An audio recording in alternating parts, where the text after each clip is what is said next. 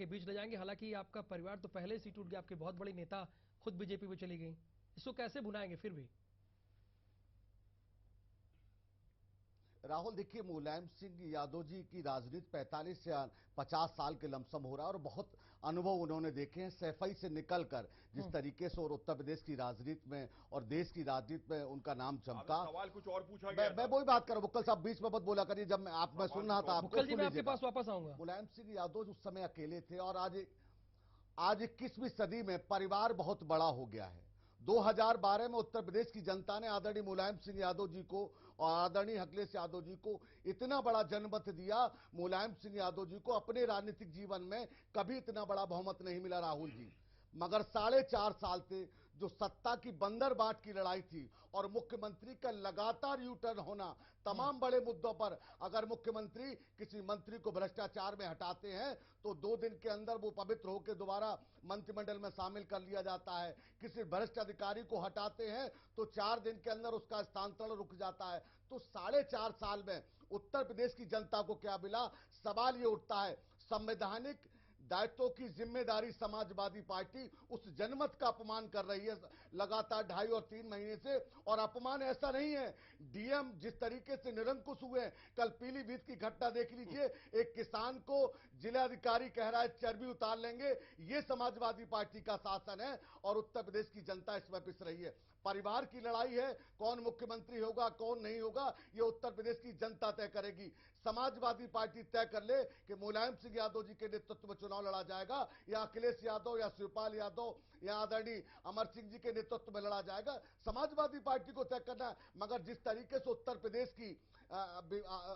प्रदेश के अधिकारी निरंकुश हुए हैं और यही कारण है कि पीलीभीत की घटना को एक किसान को चर्बी उतार लेने की बात कही है, तो उत्तर प्रदेश के आला अधिकारी बिल्कुल। चलिए, बुक्कल नवाब से इसका जवाब ले लेते हैं। अशोक जी, बुक्कल जी से ही ले लेते हैं।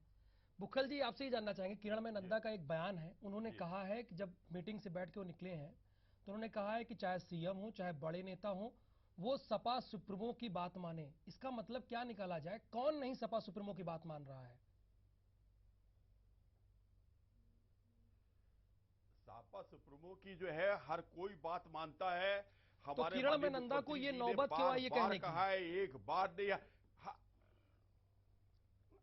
1000 बार उन्होंने कहा है, खुद कहा है सीएम ने कि हम जो है जो हमारे राष्ट्रीय अध्यक्ष कहेंगे हम उसको ही मानेंगे। अब वो बात आप पूछ रहे हैं जो वो बात खुद कह चुके मुख्यमंत्री। तो किरणमय नंदा फिर आज क्यों ये कहते हैं?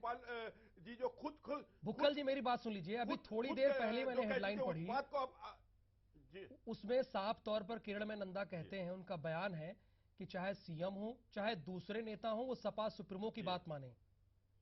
और अशोक जी कह रहे हैं कि 4.5 साल में जो आपने राज किया है, सरकार किया है, वो जनता का अपमान है। 2 महीनों में कर रहे हैं आप, जनमत का अपमान है।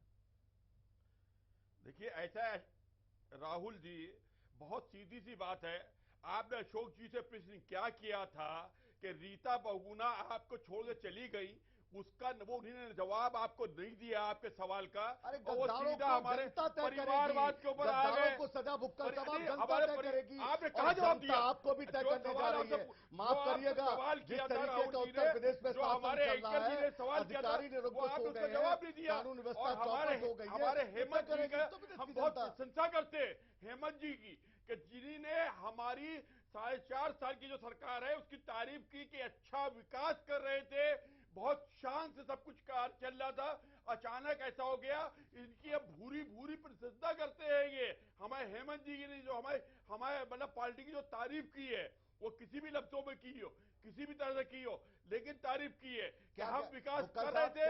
और हमारे बराबर में जो बैठे हुए वो विकास से उनका कोई लेना देना नहीं है। ये लोग विनाश करते हैं। जिस व्यक्ति के आज खिलाफ इनको जांच मुद्दा चल मिल रही गया। हो, चलिए, बिल्कुल, आप सभी चारों मेहमान हमारे साथ बने रहिए। एक छोटे से परिवार ब्रेक का वक्त है, ब्रेक के उस पार भी ये चर्चा जारी रहेगी। एक छोटे से ब्रेक का वक्त है, चर्चा जारी रहेगी। राजनीतिक मुद्दे मैंने उठाए थे, मैंने अपना लोकतांत्रिक अधिकार समझ के उठाए थे और मैं उस पर कायम हूं। उन्होंने जो अशोभनीय, अमर्यादित और अनुशासनहीन आचरण किया है, पार्टी से उनको 6 वर्षों के लिए निष्कासित कर दिया। ये बेहद ही अनुचित बात थी और इससे जो कार्यकर्ता थे उनको बहुत ठेस लगी। मुझे कोई अफसोस नहीं है। के प्राकृतिक सौंदर्य व स्किन प्रॉब्लम्स के लिए